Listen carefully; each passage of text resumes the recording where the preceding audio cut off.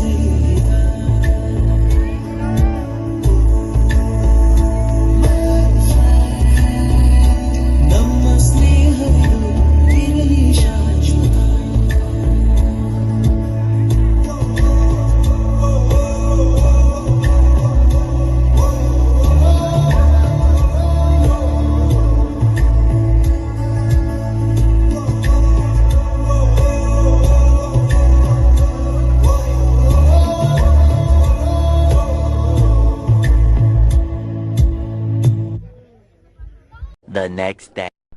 So ಇವತ್ತು ಮದುವೆ ದಿನ ಅಂದರೆ ನಾನು ಸ್ಟಾರ್ಟಿಂಗಲ್ಲಿ ಕ್ಲಿಪ್ ಹಾಕಿದ್ನಲ್ಲ ಅದು ನಾನು ರೆಡಿ ಆಗ್ತಿರೋ ವೀಡಿಯೋ.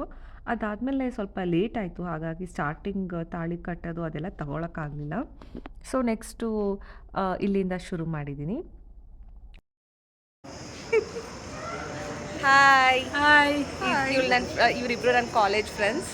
ಇವಳು ನನ್ನ ಫ್ರೆಂಡ್ ಸಹಾನ ಅಂತ, ಇವಳು ರಕ್ಷಾ ಅಂತ. ಆಲ್ಮೋಸ್ಟ್ ಎಷ್ಟೋ ಇವಳೆಂದು ಸಿಕ್ಕ ಎಷ್ಟು ವರ್ಷ ಆಗಿದೆ ಗೊತ್ತೇ ಇಲ್ಲ, ಇವಳ್ದು 1 year ಅಂತೂ ಆಗಿದೆ.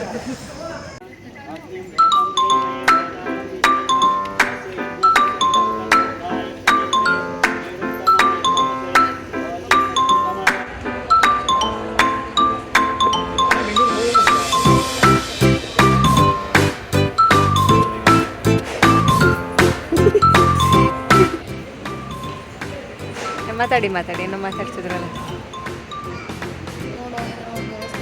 ಸ್ವಾತಕ ಏನು ಮದ್ವೆ ಸ್ವಾತಕ ಏನು ಮದ್ವೆ ಸ್ವಾತಕ ಏನು ಮಾಡಿರೋ ಶೆಟ್ಟಿನ ಅಲ್ಲಿ ನೋಡಿ ರಾಕೇಕ ನಿಮ್ಮನ್ನು ಬಿಟ್ಟು ತಗೊಳ್ತಾ ಇರೋದು ಫೋಟೋನ ಹೋಗಿ ನಾನು ತಗೊಂಡಾಯ್ತು ಕಣೋ. 3 ಜನ ತಗೊಂಡಿಲ್ಲ ಮತ್ತೆ ಹೋಗಿ